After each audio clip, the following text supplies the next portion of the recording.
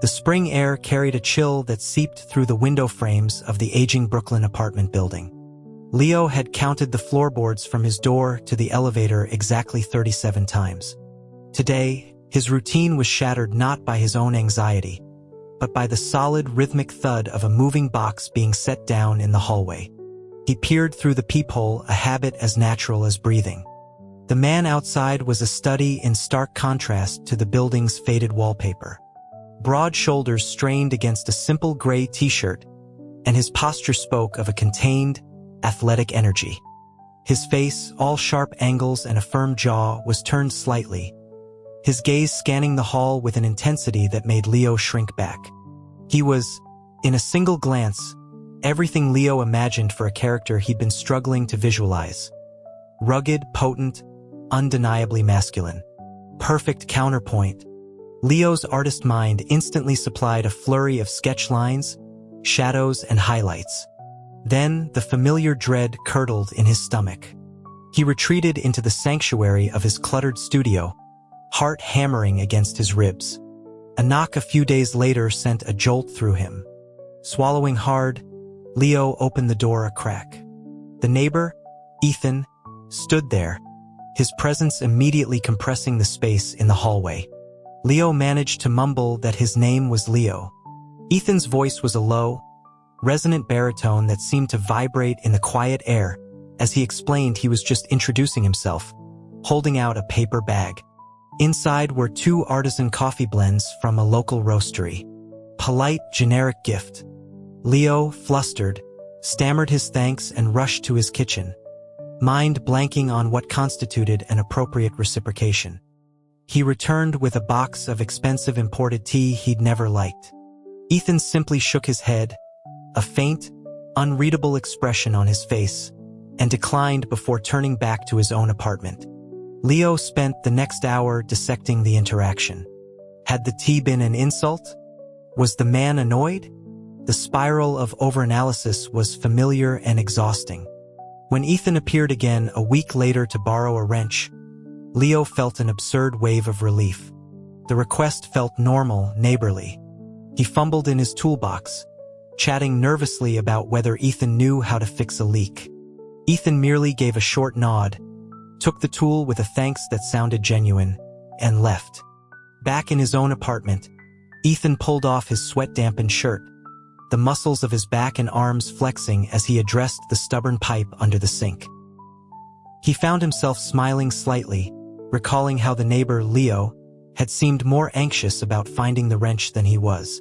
The guy was clearly wound tight but harmless, a gentle sort. It made the building feel a little less impersonal. Returning the wrench, Ethan hadn't bothered with a shirt. Water gleamed on his torso from his efforts. Leo, answering the door, felt a heat rush to his face that had nothing to do with embarrassment and everything to do with the raw physicality of the man before him. His mind, traitorously, conjured images of charcoal sketches, dramatic contrasts, the play of light on wet skin, the powerful lines of a form in motion. He mentally berated himself for the intrusion. Ethan, seemingly oblivious, remarked that if Leo ever needed help with anything, he shouldn't hesitate to ask. Leo nodded mutely. Their paths crossed infrequently. Once, Leo saw him in the building's small, designated outdoor area, a cigarette between his fingers, smoke curling into the twilight. The scene was cinematic, and Leo's imagination again supplied a narrative. Another figure approaching, plucking the cigarette away, a charged, silent exchange.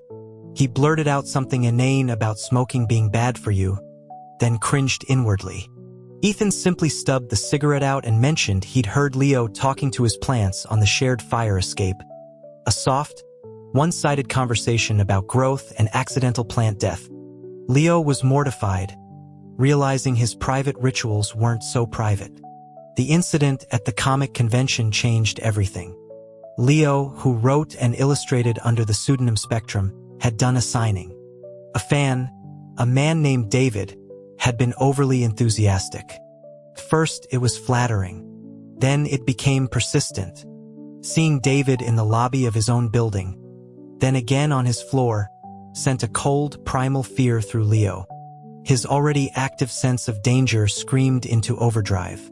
When they stepped into the elevator together, David's cheerful fancy meeting you here, Spectrum, felt like a trap.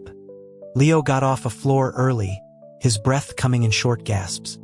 He took the stairs down, his hands trembling so badly he could barely make a fist. He stood before Ethan's door, eyes darting to the stairwell door, expecting David to appear at any moment. He knocked, a desperate, ragged sound. The door opened. Ethan, hair rumpled from sleep, looked at him.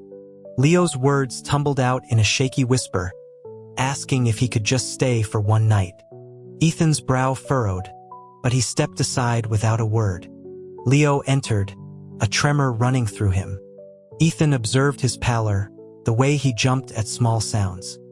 He mentioned his guest room was unfurnished, but Leo was welcome to share his bed if uncomfortable on the couch.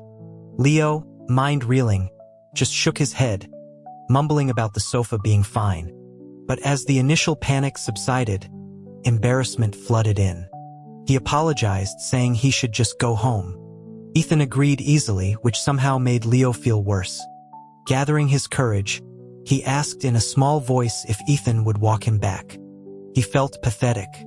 Ethan simply grabbed his keys.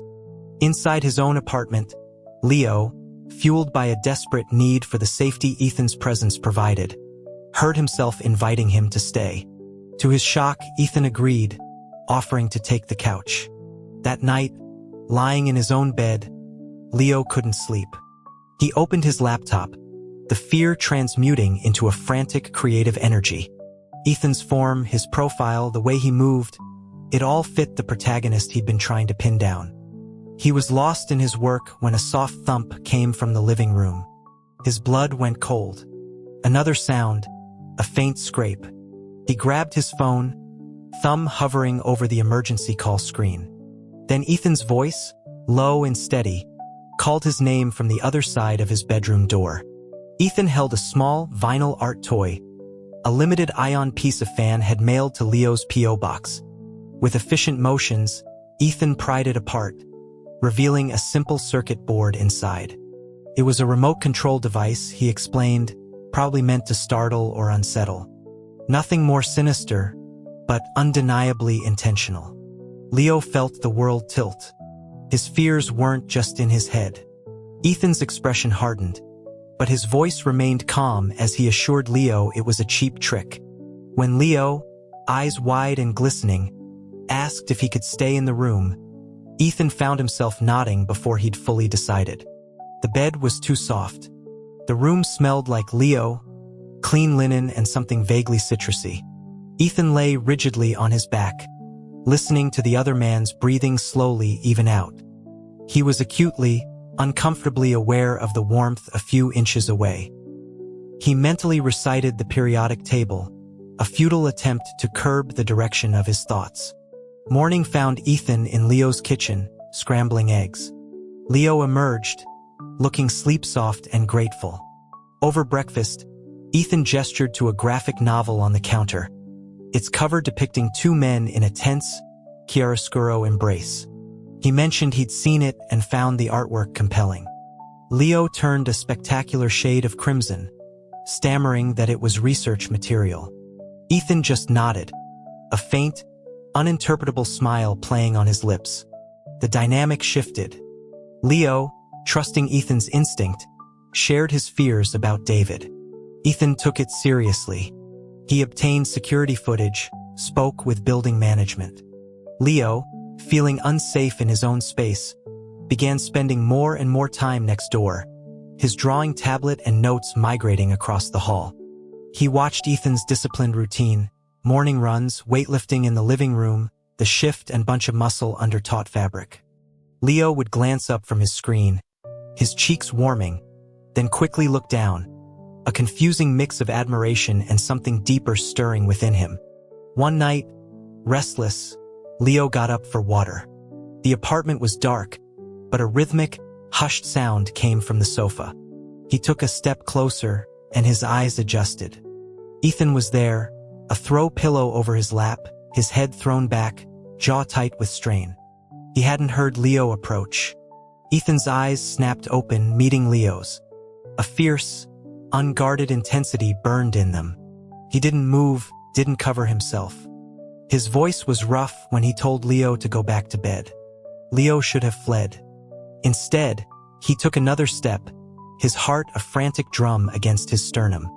The question left him in a breathless rush, asking if Ethan wanted help.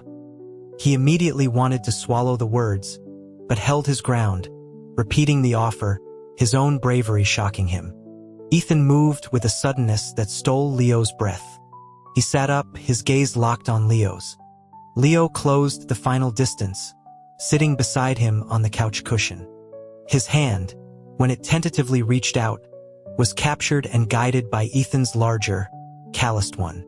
The touch was electric, definitive. Leo leaned in, pressing his lips to Ethan's stubbled cheek in a soft, questioning kiss. It was like flipping a switch. Ethan's control shattered. He pulled Leo down, the sofa groaning under their combined weight, and kissed him with a hunger that was both terrifying and exhilarating.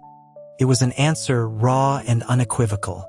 Later, tangled in Leo's sheets, Ethan buried his face in the curve of Leo's neck, his voice a gravelly murmur against the skin. He asked, demanded really, for them to be together. Leo, overwhelmed and euphoric, whispered his agreement into the dark. In the days that followed, a new kind of electricity filled the spaces between them. Ethan was insatiable, his affection expressed with a physicality that left Leo breathless and marked. He'd lift Leo effortlessly, carrying him to the wall or the wide windowsill, his hands possessive and sure. Once, in the full-length mirror of Leo's closet, Ethan held him from behind. Their reflection a study in contrast, Ethan's sun-toned skin against Leo's paler complexion, the sheer difference in their size rendering Leo almost enveloped. Ethan nipped at his earlobe, his voice a dark, satisfied rumble. He asked if this, what they were doing, had the kind of dynamic tension Leo looked for in his art. Leo could only gasp, his answer lost in a wave of sensation. The real world intruded via a frantic call from Leo's or a grainy, long-lens photo had surfaced online. Spectrum in an intimate embrace with an unidentified man. The gossip sites hinted at scandal. Leo, sitting at Ethan's kitchen island, composed a clear, firm statement on his phone. He confirmed a relationship, denounced the invasion of privacy, and promised legal action for the harassment and the tampered fan gift. The response was a wildfire, but support, and a surge of curiosity about his mysterious partner, drowned out the bigotry. Walking back from the police station after filing a report, David erupted from between parked cars, a kitchen knife glinting in his hand. He screamed about corruption and betrayal, lunging not at Leo, but at Ethan. Ethan shoved Leo behind him. The confrontation was brutally short. A swift, disarming kick, a twist of the wrist, and David was on the ground, sobbing. Security arrived, followed by the police. That evening, wrapped around each other on the couch, Leo let out a long, shuddering breath. Ethan tightened his hold, murmuring assurances into his hair.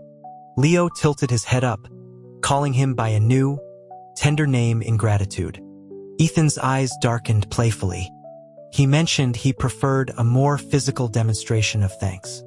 Later, as they moved together in the quiet darkness, Ethan's voice was a hot whisper against Leo's skin, asking if a particular angle, a certain shift of light, provided the inspiration he sought. Leo, overcome, could only clutch at him.